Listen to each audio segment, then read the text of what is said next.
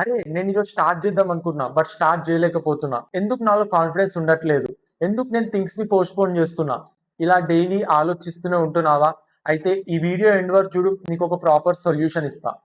Today చాలా మంది content creation చేద్దాం అనుకుంటారు, బిజినెస్ స్టార్ట్ చేద్దాం అనుకుంటారు, లేదంటే జిమ్ కి వెళ్దాం అనుకుంటారు.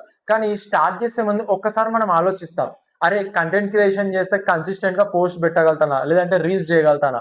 బిజినెస్ స్టార్ట్ చేస్తే అరే క్లయింట్స్ తో నేను మాట్లాడగలుగుతానా లేదా అని. సో అలా ఏంటి అంటే మనం స్టార్ట్ చేసే ముందే ఆలోచిస్తూ పోతాం, కాన్ఫిడెన్స్ అనేది తగ్గుతుంది, యాక్షన్స్ తక్కువ కానీ ఓవర్ థింకింగ్ ఎక్కువ. సో ఈ ఓవర్ థింకింగ్ ఏంటి అంటే మెల్లమెల్లగా నీ కాన్ఫిడెన్స్ లెవెల్, నీ పేషెన్స్, హ్యాపీనెస్ అనేది తగ్గుతూ పోతుంది.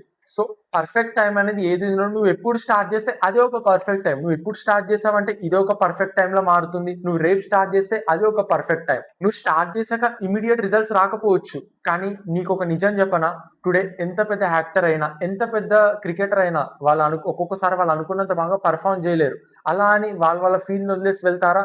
వాళ్ళు ఎంత డిఫికల్టీ ఫేస్ చేసినా, కానీ మనల్ని మాత్రం వాళ్ళు ఎంటర్టైన్ చేస్తూనే ఉంటారు, కష్టపడుతూనే ఉంటారు.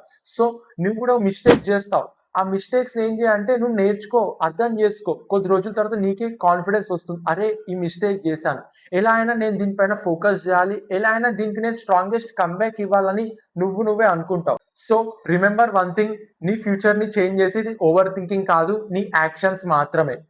కంటెంట్ నచ్చితే ఛానల్ ని సబ్స్క్రైబ్ చేసుకో మామా, ఇలాంటి డైలీ కంటెంట్ కోసం.